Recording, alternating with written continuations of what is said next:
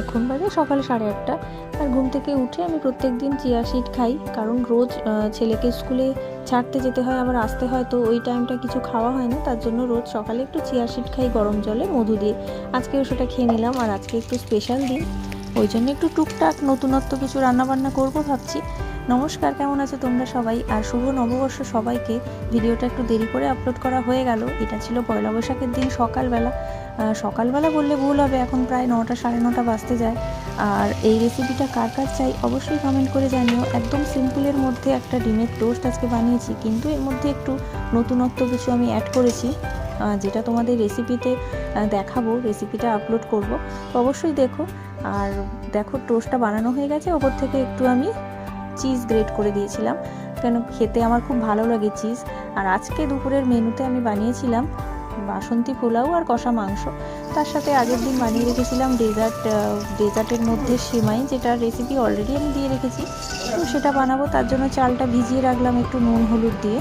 আর তার মধ্যেই দেখো, আমার ছেলেকে স্নান করিয়ে দিয়েছি, যেহেতু পয়লা বৈশাখ, তার জন্য বললাম আজকে একটু তাড়াতাড়ি স্নান করে নিতে। আর এতগুলো জামা হয়েছে ওর পয়লা বৈশাখে, কিছু আমি নিয়ে এসেছি আর কয়েকটা আমার মা দিয়েছে, বোন দিয়েছে, তো এই করে মোটামুটি অনেকটাই জামা হয়ে গেছে। তো এখন ও পছন্দ করছে যে ও কোন জামাটা পরবে। এত জামা হয়ে গেছে যে ও কনফিউজ কোন জামাটা পরবে। আলটিমেটলি আমি একটু পাতলা দেখেই জামাটা পরালাম, যাতে আরাম লাগে সারাটা দিন, কারণ প্রচণ্ড গরম ছিল পয়লা বৈশাখের দিনও। সকালবেলা রাত্রিবেলা পুরো দিনটাই গরম ছিল, তো যার জন্য এই জামাটাই আমি পরালাম একটু পাতলার মধ্যে।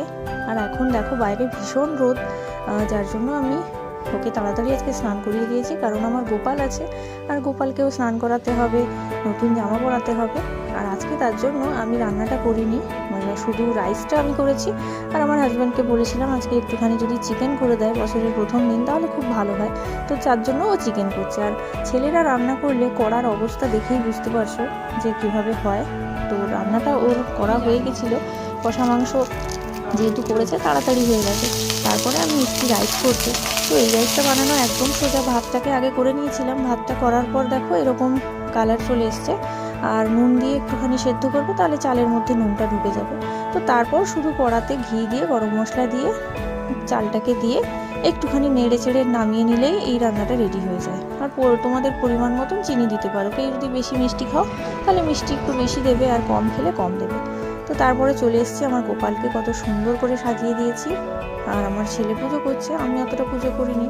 আর ওই দিন দুপুরবেলা দিয়েছিল 3 ইডিয়টস সিনেমাটা, নিশ্চয়ই দেখে বুঝতেই পারছো আমার খুব পছন্দের একটা সিনেমা।